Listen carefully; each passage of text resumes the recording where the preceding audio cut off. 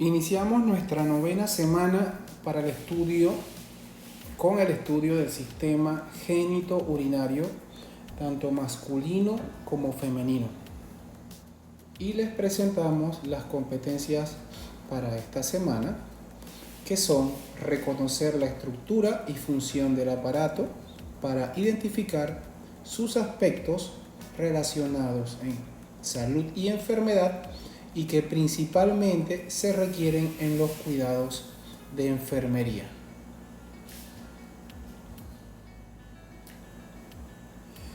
Entonces, este aparato, que también se conoce como urogenital, es la unidad anatómica que se forma por el sistema urinario, que realmente es común en ambos sexos, más las unidades genitales, que son obviamente, y ya conocido por ustedes, diferentes en funciones y estructura según el sexo al que pertenezcan. Frecuentemente se consideran juntos debido a que realmente tienen un origen embriológico común, que es el mesodermo intermedio. Ok, chicos, para poder continuar es importante que ustedes por lo menos conozcan un poquito de la parte embriológica, aunque no forma parte del curso, del desarrollo del sistema genitourinario. Como dije en la parte anterior,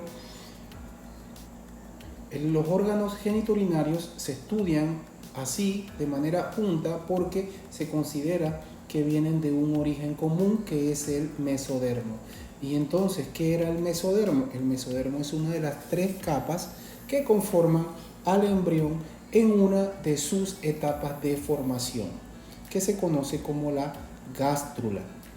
Ustedes probablemente han escuchado de la mórula, la blástula, y ahora van a conocer un poquito están conociendo un poquito de la siguiente etapa, que es la gástrula.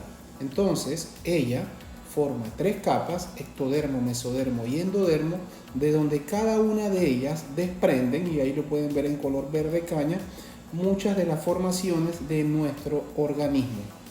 El desarrollo del organismo, ahondando un poquito más en esta diapositiva, se conoce como ontogenia. Por eso es que ustedes ven en esta diapositiva, que no es mía, se conoce como desarrollo, está mencionada la diapositiva como desarrollo ontogénico. Entonces, ontogenia estudia el desarrollo de los individuos desde la formación de la primera célula hasta su formación final. Volviendo a la página 618 del Néter, entonces el aparato urinario es un conjunto de órganos que producen y excretan orina, que es considerada el líquido principal de desecho del organismo.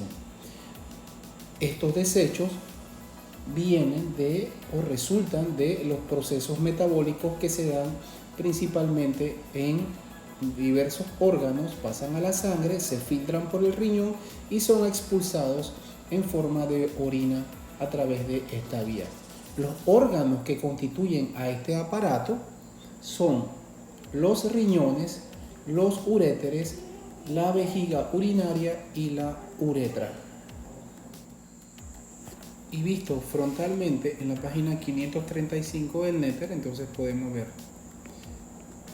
los riñones, ¿verdad?, que colectan la orina, y esta viaja por los uréteres, que pasa a la vejiga, y de la vejiga entonces es expulsada a través de la uretra, que pasa a través del pene en el hombre y se expulsa directamente en una uretra mucho más corta en la mujer.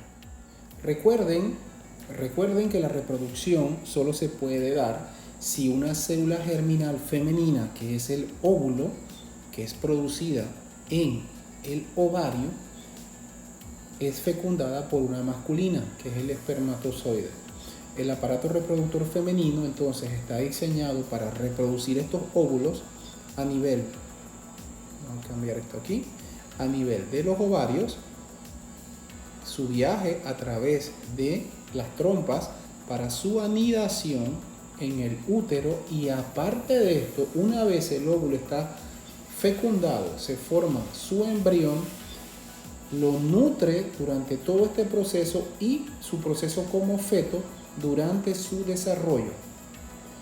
El aparato reproductor masculino, ¿verdad?, se encarga de producir los espermatozoides a nivel de los testículos y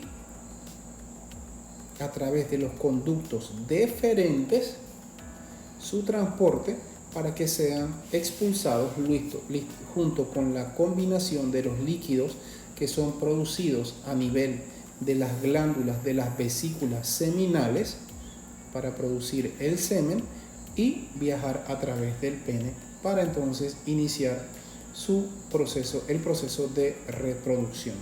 Fíjense que hablé de embrión y feto, que no es lo mismo. La etapa del embrión son las primeras 8 semanas de los gametos fecundados, es decir, las primeras 8 semanas de embarazo se les conoce como embrión. Posteriormente a esto, después de las 8 semanas, entonces se le conoce como feto. Y comenzamos estudiando el primer órgano del sistema urinario, que es el riñón, que se encuentra generalmente en pares, ¿verdad? Es importante que su posición es retroperitoneal y, como ustedes pueden ver, tiene la formita de un frijol. Generalmente, vamos a seguir pasando de la página 529 a la 530 del Atlas, se encuentran a ambos lados de la columna vertebral, ¿verdad?, a nivel de la columna torácica y la columna lumbar. Aproximadamente desde T11, el riñón izquierdo, hasta más o menos la tercera vértebra lumbar, hablando del riñón derecho. Como ustedes pueden ver, la posición del riñón izquierdo es superior a la del riñón derecho, se encuentra un poquito más elevado. El del lado derecho está más descendido, y esto probablemente porque en la evolución el órgano que se encuentra de manera superior es el hígado, que iría en esta parte de aquí. Aquí ustedes pueden ver que el riñón derecho está más descendido que el riñón izquierdo. Miden aproximadamente entre 10 a 12 centímetros de largo, de 5 a 7 centímetros de ancho y aproximadamente 3 centímetros de espesor. Si seguimos viendo otras imágenes, podemos ver que tiene principalmente 3 capas. La primera es la cápsula renal, que es una cápsula fibrosa que protege al riñón, ¿verdad? La cápsula adiposa, que se encarga de proteger y sostener a este riñón en su sitio, y también tiene una aponeurosis renal, que es la que fija el riñón a las estructuras adyacentes a la pared abdominal. Internamente está formado por un área lisa y roja, que es la corteza. Es la corteza, que ustedes la pueden ver aquí. Es la corteza. Y la otra área que tiene es la más profunda, que es conocida como la médula renal. Toda esta área que está aquí se conoce como médula renal y está formada por lo que se conoce como las pirámides renales. Las pirámides renales. Es aquí donde se encuentra la unidad anatómica funcional del riñón. Nunca se les olvide eso. En las pirámides es donde se encuentra la unidad anatómica funcional del riñón, es decir, las células principales del riñón, que se les conoce como nefronas, y aproximadamente son 1 millón en cada uno de los riñones. Ellas son las encargadas de formar la orina que llega a los cálices menores y mayores a través de los conductos papilares. Y aquí ustedes pueden ver los cálices, ¿verdad? De las pirámides va a los cálices, de los cálices pasa a las papilas,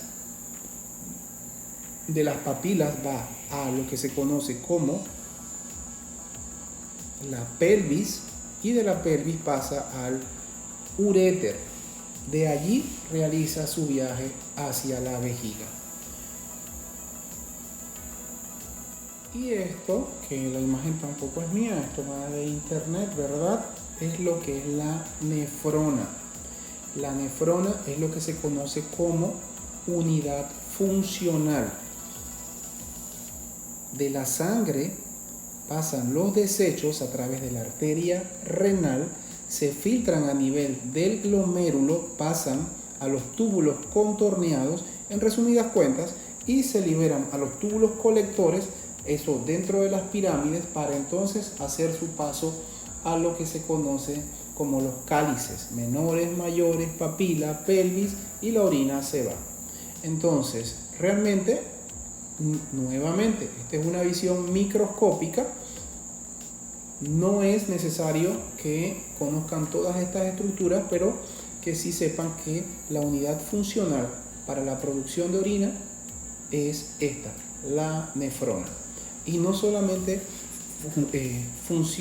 su funcionalidad en base a la producción de orina, sino a la regulación de un sinnúmero de sustancias que activan en el cuerpo procesos como la elevación de la presión, disminución de la presión, manejo de electrolitos como el sodio, el potasio, etc.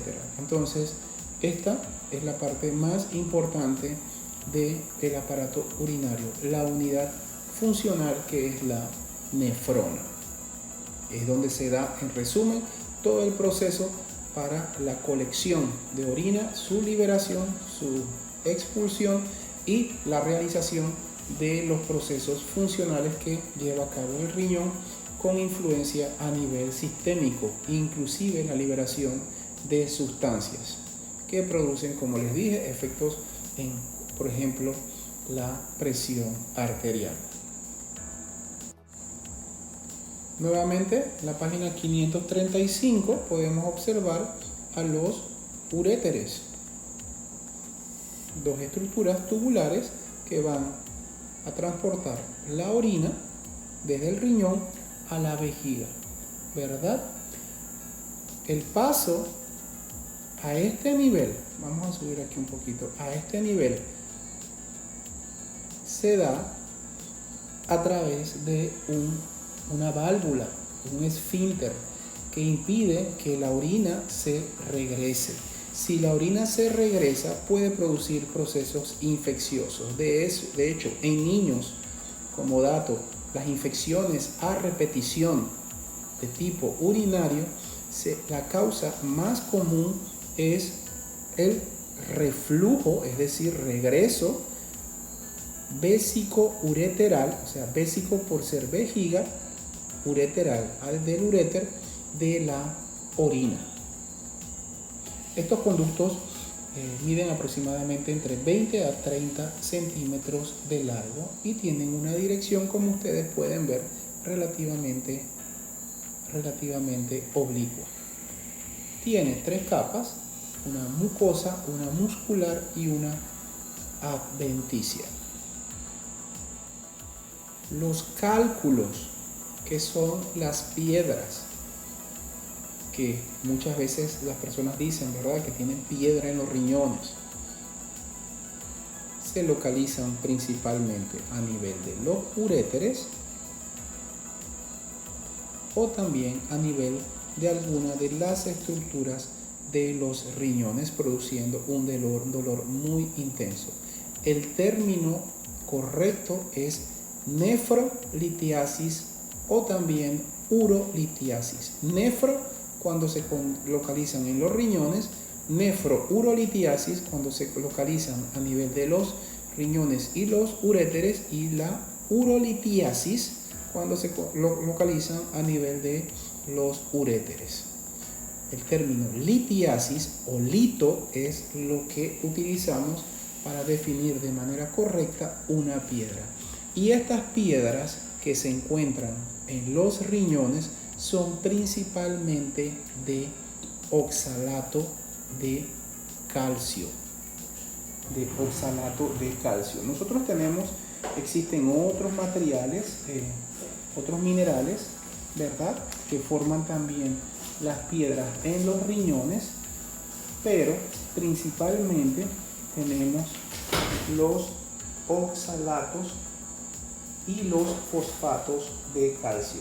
También tenemos piedras que pueden ser de estrubita, tenemos piedras que son de ácido úrico, por ejemplo, pero lo más común son las que están hechas a base de calcio, muy diferente a las piedras, a las litiasis que se encuentran a nivel de la vesícula biliar, que son principalmente de, ¿recuerdan?, colesterol.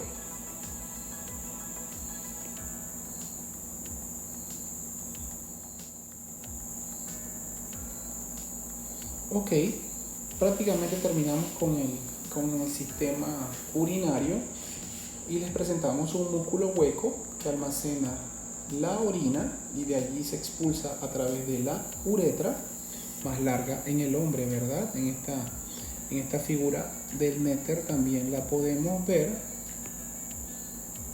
Este órgano hueco se conoce como vejiga, almacena la orina y nosotros tenemos la sensación de orinar cuando en nuestra vejiga tenemos aproximadamente entre 200 a 400 mililitros de orina. Sin embargo, la máxima capacidad de ella puede alcanzar inclusive los 800 mililitros.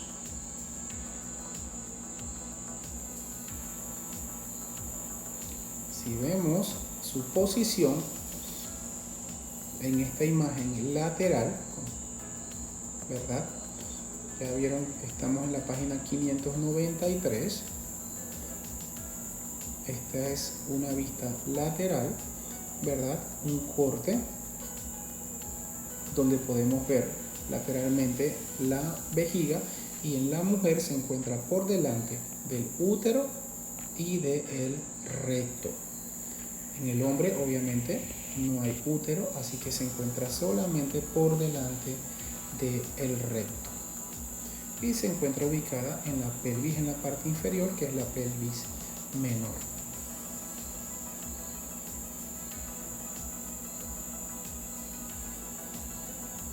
Inmediatamente, bueno, de este lado podemos ver también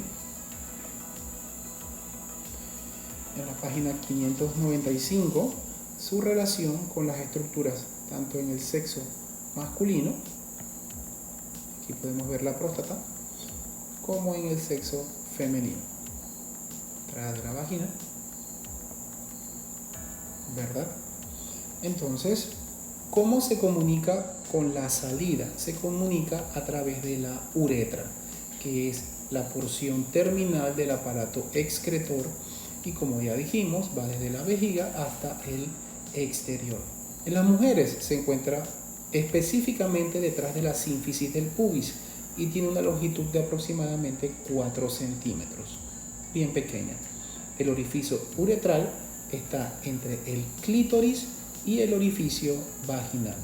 En los hombres mide aproximadamente entre 15 a 20 centímetros y pasa, como ustedes pueden ver, se los mostré hace un momento, a través de la glándula prostática y posteriormente para su salida a nivel del pene.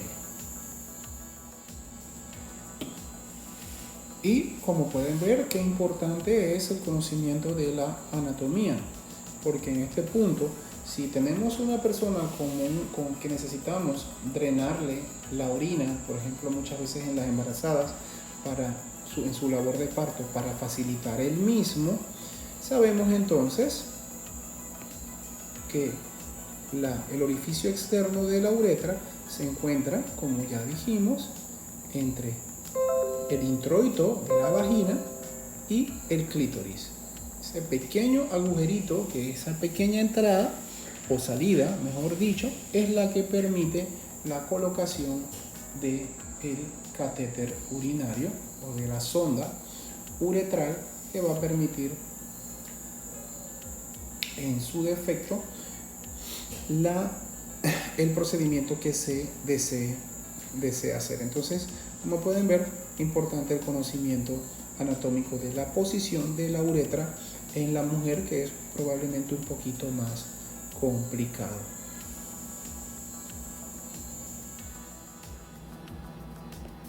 En esta última parte vamos a tratar la anatomía y la fisiología del aparato reproductor, tanto masculino como femenino. Y es la reproducción, el proceso por el que nosotros logramos descendencia, ¿cierto? Por medio de células germinales, que son los gametos. Los órganos femeninos y masculinos pueden agruparse de esta forma: las gónadas, que son los ovarios y los testículos, que producen los gametos y las hormonas; los conductos, que veremos más adelante; glándulas sexuales auxiliares, que protegen y facilitan el movimiento; y las estructuras de sostén, llámese principalmente el pene y el útero, donde se da el transporte, se permite la unión de los gametos y, en última instancia, el crecimiento del feto. Hablaremos entonces del aparato reproductor masculino, que podemos dividir principalmente en tres partes. Nos situamos entonces en la página 615, donde podemos comenzar con el aparato reproductor masculino, y como le dije a todos ustedes, consta de principalmente tres partes: el testículo, que es el encargado de producir los espermatozoides, el conducto deferente, ¿verdad?, que es el por donde se transportan los espermatozoides, y las estructuras anexas, que podemos buscar un poco más arriba, me parece, posterior a la vejiga, las glándulas, estructuras anexas, que tenemos la próstata, ¿verdad?, y el pene. Como pueden ver, en medio de ellas son atravesadas por la uretra. Es por eso que cuando los señores o las personas que sufren de hiperplasia prostática o de crecimiento prostático, ya sea de esta manera benigna o por algún tipo de carcinoma o cáncer, la próstata aumenta de tamaño y comienza a comprimir la uretra, y es entonces, como no se da el paso adecuado de orina, donde se comienzan a presentar estos síntomas con el llenado de la vejiga, dolor y todos los síntomas correspondientes a la obstrucción uretral. En la página 615 también podemos ver la estructura que ocupa a los testículos, y que es el escroto. Como lo ven aquí, es sencillamente un saco de piel.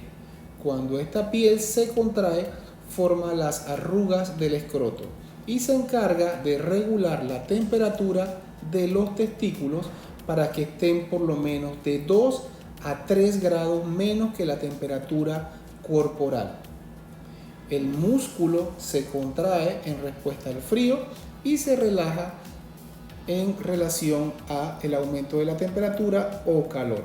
Este músculo se conoce como músculo piloerector.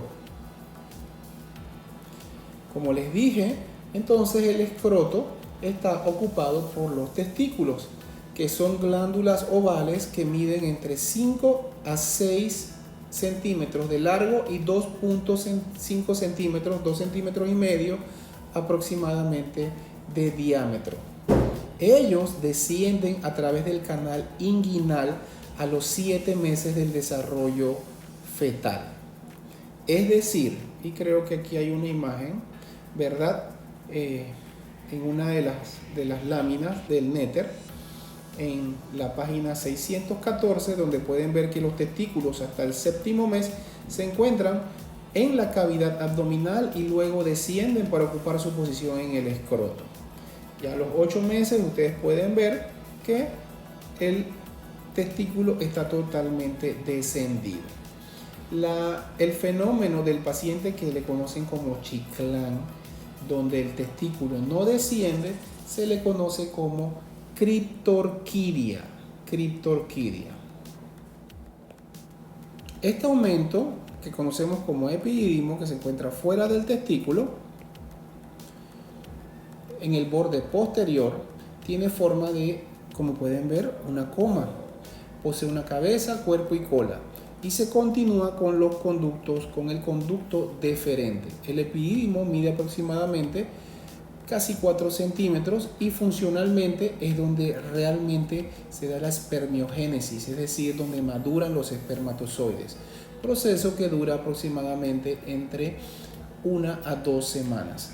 Estos pueden permanecer almacenados aquí en el epidídimo hasta por 4 semanas. Este conducto deferente mide aproximadamente 45 centímetros de largo y sube por el borde posterior del testículo para penetrar en el canal inguinal, entrando a la cavidad pélvica, y se encarga de almacenar también los espermatozoides, conduciéndolos hasta la uretra a través de la peristalsis, los movimientos peristálticos, que en su momento en el sistema digestivo definimos lo que era peristalsis. Entonces ustedes pueden ver cómo el conducto deferente penetra en el anillo inguinal para entrar en la cavidad abdominal y a través de su porción dilatada deposita en la uretra los espermatozoides en combinación con las glándulas productoras de lo que se conoce como material seminal o semen.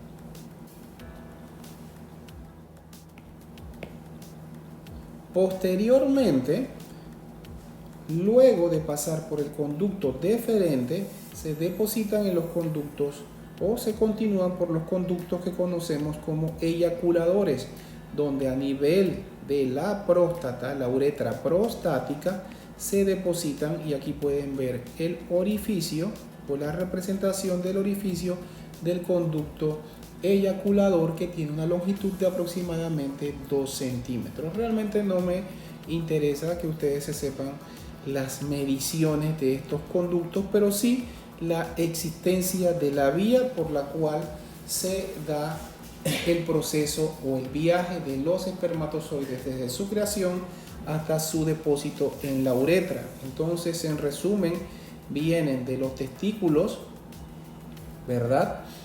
En los conductos, de los túbulos contorneados, pasan al epidídimo, del epidídimo pasan al conducto deferente, que pasa al conducto eyaculador y se depositan en la uretra, el lugar donde se forman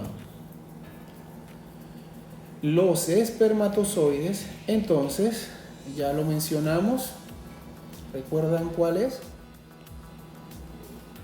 ¿Verdad? Donde están estos lóbulos que se conocen como túbulos contorneados o túbulos seminíferos contorneados. Y la maduración se da aquí en los conductos epididimarios o en el epidídimo. Espermatogénesis dentro del testículo, la espermiogénesis, o sea, su desarrollo hasta su etapa final de madurez en el epidídimo. En combinación, algunos, pues obviamente durante su trayecto en el conducto deferente.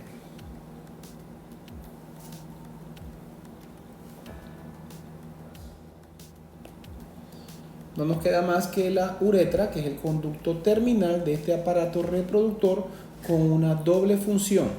Sirve como vía al paso de los espermatozoides, pero también al paso de la orina. Entonces, su longitud es de aproximadamente 20 centímetros, pasando por la próstata, el área del diafragma urogenital y el pene. por lo que está dividida entonces en tres partes: una uretra prostática de 2 a 3 centímetros de longitud, una uretra membranosa de 1 centímetro de largo y la uretra esponjosa, que se encuentra atravesando los cuerpos cavernosos, ¿verdad?, en el pene, ¿verdad?, que es la uretra esponjosa o cavernosa, y mide aproximadamente 15 centímetros de largo, lo que aproximadamente es el tamaño que puede ser, podemos considerar el promedio del tamaño de un pene adulto. Continuamos entonces con las glándulas sexuales accesorias y la principal es la glándula prostática.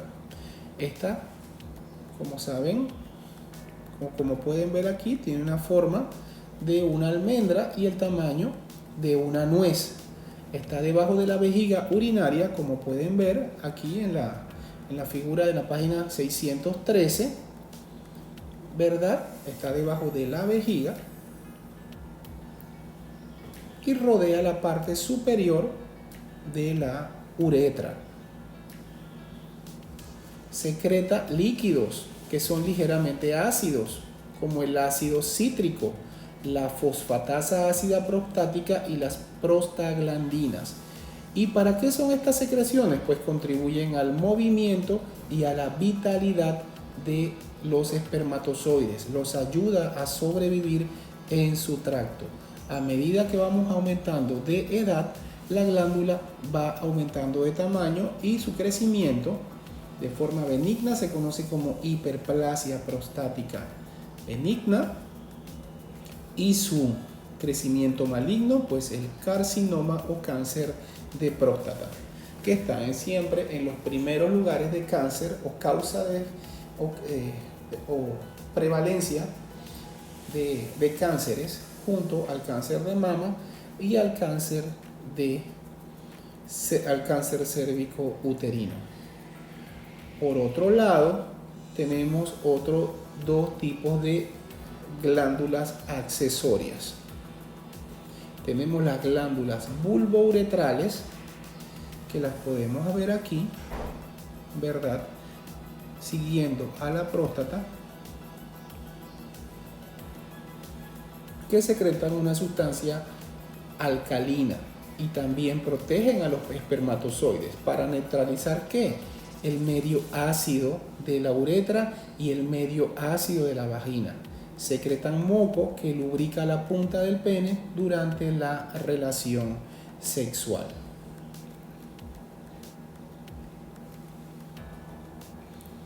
Por último, vamos a ver lo que son las vesículas seminales.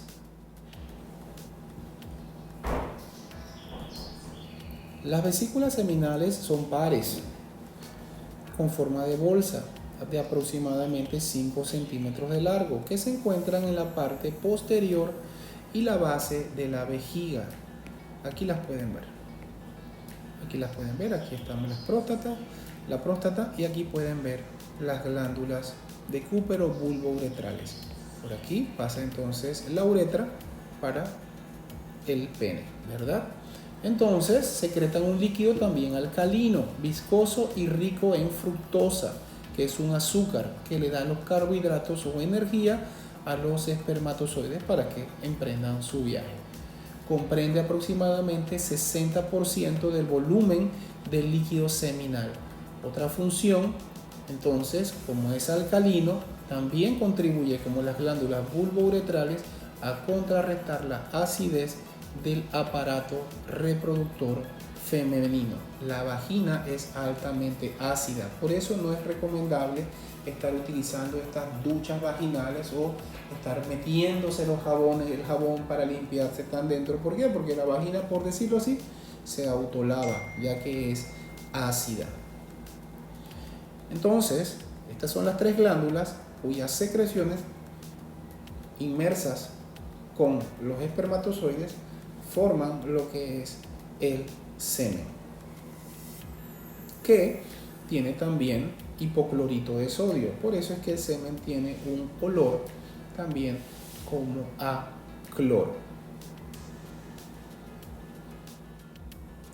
Para terminar con el aparato reproductor masculino, entonces nos centraremos en el pene, que tiene una raíz, tiene un cuerpo y tiene una cabecita, que es el glande. El cuerpo está formado por 3 masas de tejidos. Las 2 dorsolaterales, que se conocen como cuerpos cavernosos, y la ventromedial, que se conoce como cuerpo esponjoso. Esta es más pequeña y estas 3 masas forman el tejido eréctil, ya que tiene muchos vasos sanguíneos. Está ampliamente irrigada. Aquí pueden ver los vasos sanguíneos y es por eso que podemos decir que se logran las erecciones, porque el pene se va llenando de sangre. Entonces, las disfunciones eréctiles son por alteraciones que impiden el flujo de sangre adecuado al cuerpo del pene. La Viagra o todos los medicamentos que derivan de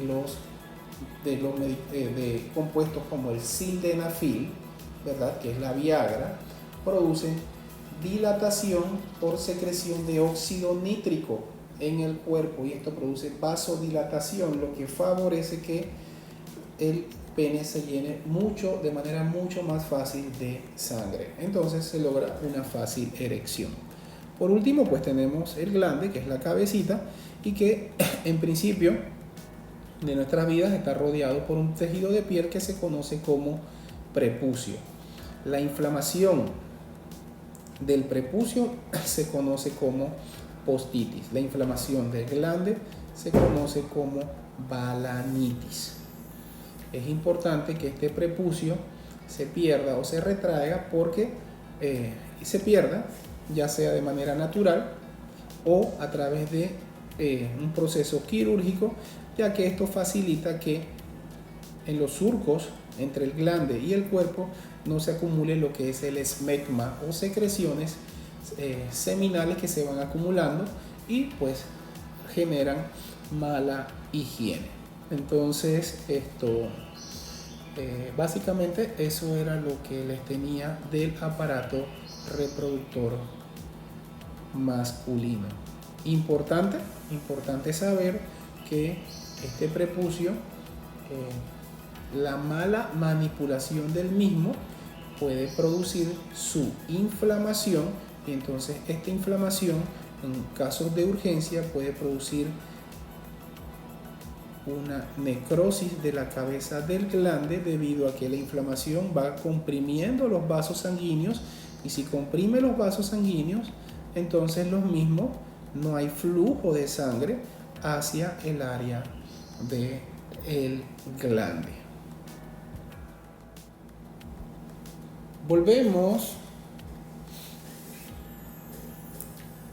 Volvemos a la página 599 del Atlas, donde podemos ver esquematizado el aparato reproductor femenino, representado, mejor dicho. Elabora las células sexuales, los gametos, que son los óvulos, para facilitar la fecundación. Para su estudio podemos decir que tenemos los ovarios, las trompas de falopio, el útero y lo que es la vagina, y posteriormente los genitales externos. Los ovarios son las gónadas femeninas, son pares, con forma también de almendra. Descienden a la cavidad pélvica aproximadamente en el tercer mes de desarrollo y están a cada lado del útero, como lo vemos en este dibujo. La superficie de los ovarios es lisa hasta la pubertad, y después, por la maduración de los óvulos y la ruptura de los folículos de Graf, se vuelve rugosa, y después de la menopausia se atrofian para volver a ser lisas. La menopausia es el proceso donde ya no se da ovulación porque hay una disminución de los estrógenos en el cuerpo que se da de manera natural y por eso entonces los ovarios se atrofian. Eso no significa que los ovarios quedan sin óvulos, ya que los óvulos se encuentran de manera predeterminada dentro de los ovarios y se van desarrollando. Es muy diferente al hecho en el aparato reproductor masculino, donde sí hay una generación constante de nuevos espermatozoides. Por el contrario, en la mujer, los óvulos con los que nace son los óvulos que va a tener el resto de su vida. Y es por eso que a medida que van pasando la edad, entonces es probable que estos óvulos se van envejeciendo y esta es una de las bases de las enfermedades como el síndrome de Down, donde se dan alteraciones cromosómicas, en este caso específicamente la trisomía 21, que es más factible si los óvulos se encuentran en una edad mucho mayor.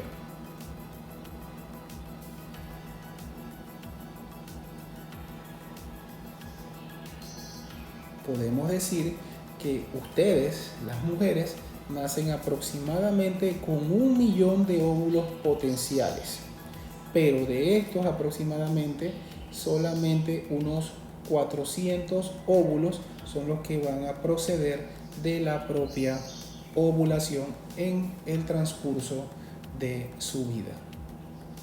O sea que sus óvulos, los que van saliendo, pues al igual que los espermatozoides, son los mejores de 1 millón.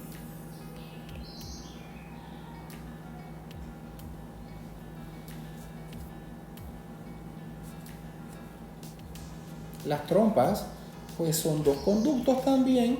Su extremo distal se conoce como infundíbulo, ¿verdad? Y está cerca de los ovarios y está rodeado, el infundíbulo está rodeado por lo que se conoce, este es el infundíbulo, por las fimbrias. De aquí los ovarios liberan los óvulos para que inicien su camino a través de la trompa de falopio, y es generalmente a nivel de la ampolla donde se da la fecundación con el espermatozoide para que ya la célula fecundada se anide en el útero. Entonces, la ampolla de este oviducto o trompa de falopio es más larga y ancha, y por último, a nivel distal de ella se encuentra el istmo, que es la porción que se une al útero, pero que es más corta y delgada. Esta estructura, la forma esta, está hecha para facilitar el movimiento del óvulo.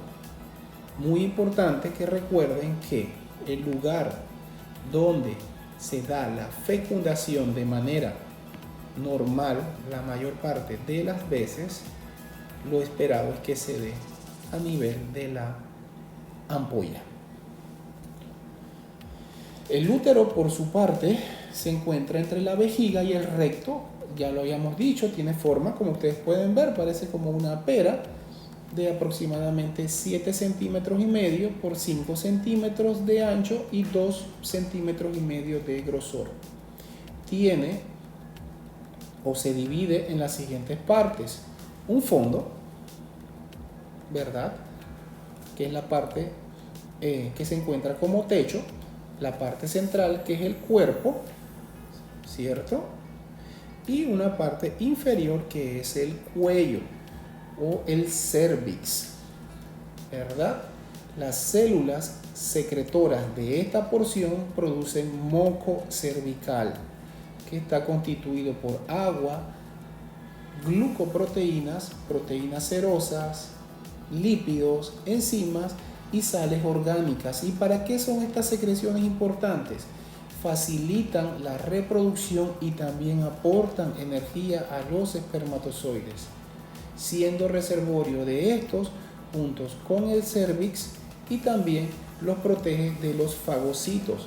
Los macrófagos o fagocitos son células de defensa que al sentir la presencia de un cuerpo extraño, que definitivamente es el espermatozoide, los atacan. Entonces son mecanismos de defensa, pero el mismo útero a través de su cervix y este moco cervical lo protege. El útero está unido a la cavidad pélvica por los ligamentos anchos, el sacro por los ligamentos uterosacros y los ligamentos que ayudan a evitar la caída del útero. Pero ¿qué es lo más importante de estos ligamentos? Por ejemplo, este que está aquí, que es el propio del ovario. Cuando las pacientes llegan y sienten a veces dolores en el inicio de su embarazo, es sencillamente porque la matriz estaba pequeña, el útero está creciendo y todos estos ligamentos se van distendiendo porque tienen que preparar la cavidad para el parto. Todas estas distensiones, pues obviamente son causas de dolor. No necesariamente siempre son las causas de dolor, pero siempre hay que considerarlas. Otra parte importante es que este moco cervical, como todo en la vida, debe ser producido en una cantidad específica.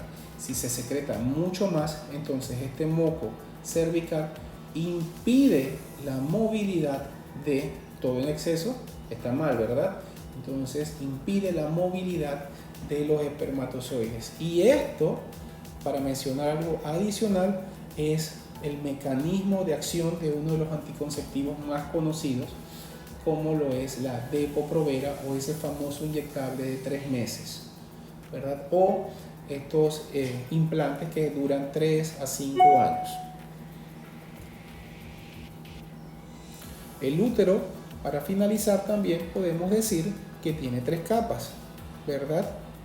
Tenemos el endometrio, que es la capa más interna y es la que verdaderamente crece durante todo el ciclo menstrual, esperando que sea anidado. Si no es anidado, entonces este crecimiento, que es como la fiesta que se estaba formando, tiene que ser expulsado. Entonces este crecimiento del endometrio es lo que al final representa la menstruación. Tenemos el miometrio también, que es la capa muscular, donde se dan las contracciones que ayudan a expulsar al feto. Y por último tenemos también una capa más externa que rodea al útero. En conclusión, las funciones del útero son dar lugar donde se lleva a cabo la menstruación, principalmente es el endometrio el que participa, es parte de la vía que tienen que cruzar los espermatozoides, ¿verdad? En él se implanta el óvulo fertilizado y se da el desarrollo del feto y el trabajo del parto. La vagina es una vía también de conducción de los espermatozoides y del flujo menstrual, como ustedes todos saben, y es la receptora del pene. Es una estructura tubular fibromuscular que mide aproximadamente 10 centímetros de largo y se encuentra entre la vejiga urinaria y el recto, como vimos anteriormente. Tiene un epitelio escamoso estratificado y tiene un ambiente que es principalmente de un pH bajo. Recuerden que el pH bajo es ácido, el pH elevado o alcalino es básico, convirtiéndose en un bactericida que también puede dañar a los espermatozoides. Entonces es la primera línea de defensa de ustedes para no salir embarazadas, las muchachas, claro, ¿no?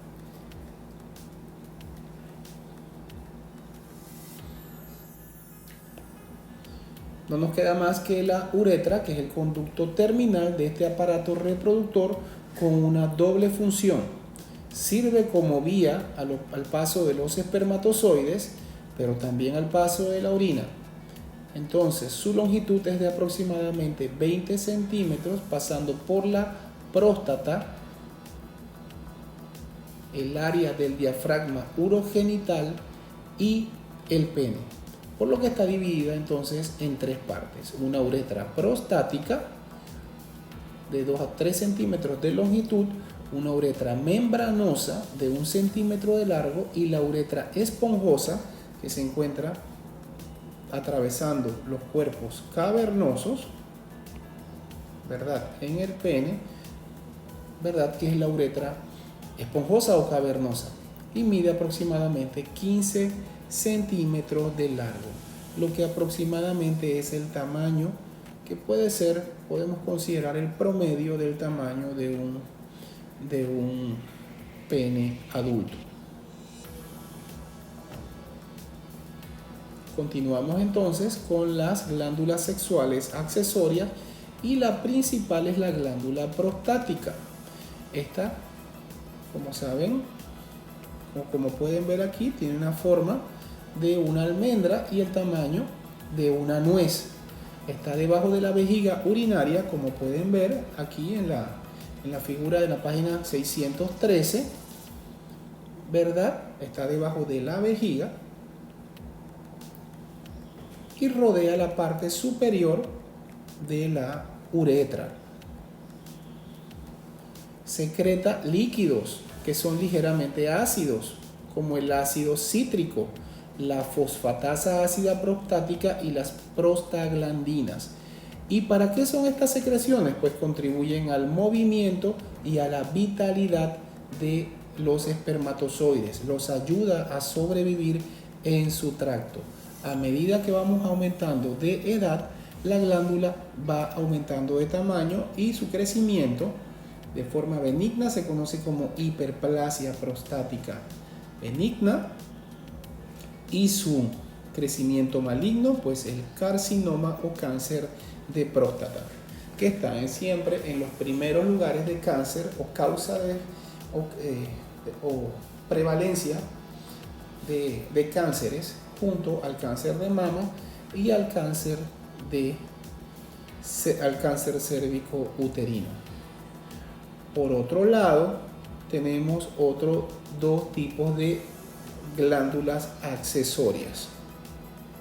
Tenemos las glándulas bulbouretrales, que las podemos ver aquí, ¿verdad? Siguiendo a la próstata, que secretan una sustancia alcalina y también protegen a los espermatozoides para neutralizar ¿qué? El medio ácido de la uretra y el medio ácido de la vagina. Secretan moco que lubrica la punta del pene durante la relación sexual.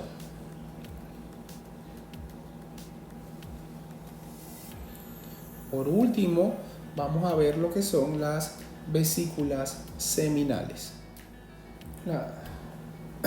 Ok, en la página 603, pues les dejo esta imagen donde pueden ver las diferentes partes, la elevación de tejido adiposo cubierta por piel y vello púbico, que es el monte de Venus. Tenemos los labios mayores, ¿verdad? Que son los homólogos del escroto, es decir, en el origen embrionario, los labios mayores se originaron de la misma línea germinal que cuando se fue hacia el sexo masculino, pues entonces se desarrolló como escroto los labios, y en las mujeres serían los labios mayores, ¿verdad? Con abundantes glándulas sebáceas y de sudor y tejido adiposo. Los labios menores, que son pliegues que están dentro de los mayores y no tienen vello, ni grasa, ni glándulas, ni nada. En ellas, glándulas de sudor. Lo que abunda son glándulas de grasa.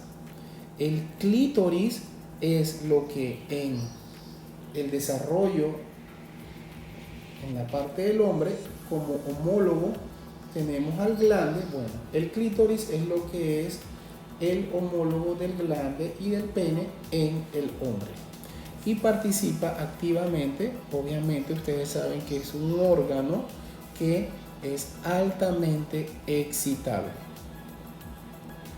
Tenemos el vestíbulo, que es la hendidura que se encuentra entre los labios mayores, donde se encuentra el himen. El himen no necesariamente puede tener muchas formas. Aquí obviamente vemos que no hay una estructura de himen, pero puede tener muchas formas. Puede ser totalmente una mallita con un pequeño orificio, o puede tener múltiples orificios, puede tener diversas formas. Esto se los paso así rápidamente porque realmente creo que es uno de los sistemas mejores conocidos a través de la educación inclusive secundaria y primaria. Así que con esto nosotros terminamos un repasón de lo que es el aparato genital y urinario, tanto del hombre como de la mujer. Espero que esta guía haya sido de su utilidad, sea de su utilidad más adelante. Las clases siempre van a estar en YouTube, así que ustedes siempre van a poder tener acceso a ellas. Voy a comenzar a pasarles todo el material de todas las clases de manera escrita, como se las he pasado con las del material de estudio, para que las vayan teniendo. Obviamente hay cosas allí que aquí en las clases que les he mencionado que no van a aparecer en el material teórico, porque son tips que a medida que voy desarrollando la clase pues se me van ocurriendo, me van saliendo y entonces les voy comentando. Así que bueno, a todos gracias por su atención y seguimos adelante la próxima semana.